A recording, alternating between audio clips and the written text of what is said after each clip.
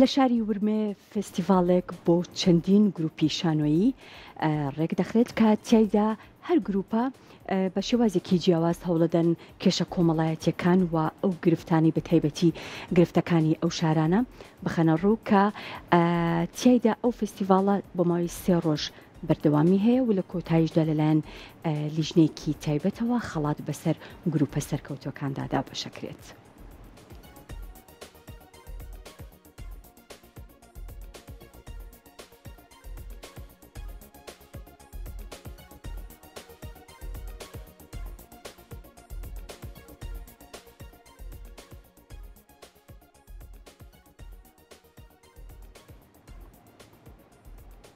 لە شاری ورمێ فستیڤالێک بۆ چەندین گروپی شانۆیی بە ناوی فلامینگۆ بەڕێوەچوو.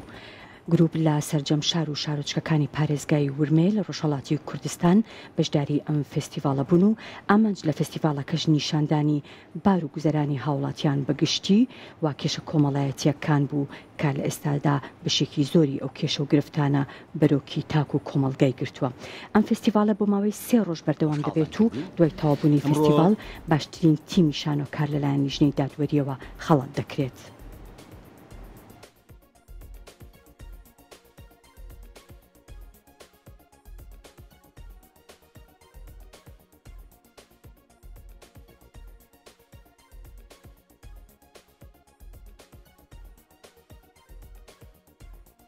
خۆشحاڵتان کردین. ئەمڕۆ کۆنسەرتی فێرخوازانی فێرگەی فلامینگۆ لە سلێمانی فێرگەکە 8 بۆ 9 ساڵەچێ فێرخوازی گیتار و سەما پەروەردەکە. هەڵبەتە پارساڵ مانگی 8 دیرە کۆنسەرتێکمان کرد. ئەمڕۆژ کۆنسەرتێک ساز دەکەین پێکاتووە لە 14 پارچە میوزیک 6یان سەمایە ئەوانی تریشان میوزیک و گۆرانین. ڕاستیەکەی زۆ خۆشحاڵم کە ئێستا بەرهەمی فێرگە ئەبینم ئەلێرە.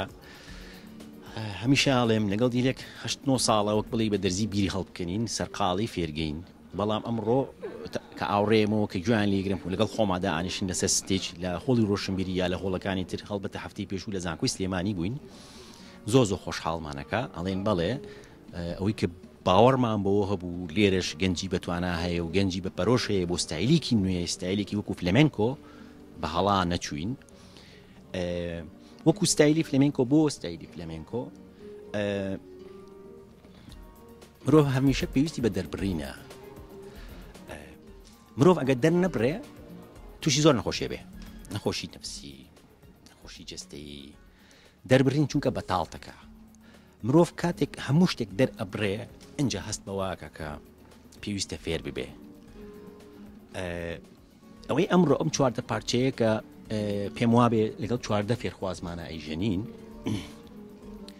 دوو لایانی هەیە، دوو لایانی خۆشکەری هەیە. یەکێکیان هەمیشە باوەڕم بە کردارە من زۆر جار لە سوسیال میدیاش لە پیجەکەی خۆمە نووسم باسی بارانم بۆ مەگە بیبارێنە وتەیەکی یونس ئەمرەیە بەڕاستیەکەی. ئەمڕۆ بە کردار پیشانی ئەین کە ئێمە دەتوانین ستایلی فلامێنکۆ بژێنین، ئێمەش دەتوانین سەما بکەین، ئێمەش دەتوانین دەرببڕین. لەسەر و ئەمانە هەموو شێوە خاڵی خۆشترین خاڵ بەلای ئێمەوە بە تایبەتی من و دیلێک ئەوەیە کە پاش 8 ساڵ ئەمە نەبوو، ئێمە نەبووین پێش 8 ساڵ. ئێستا دوای 8 ساڵە هەر نەک ئێمە تەماشاکەری ژیان ئێمە پێکەوە لە هۆڵێکا کۆبینەوە بێ هیچ هەلو مەرجێک بە خۆشەویستیەوە سەیری یەکتریەکەین، بە خۆشەویستیەوە میوزیکە ژێنین بۆ یەکتری، چەپڵە بۆ یەکتری لێین.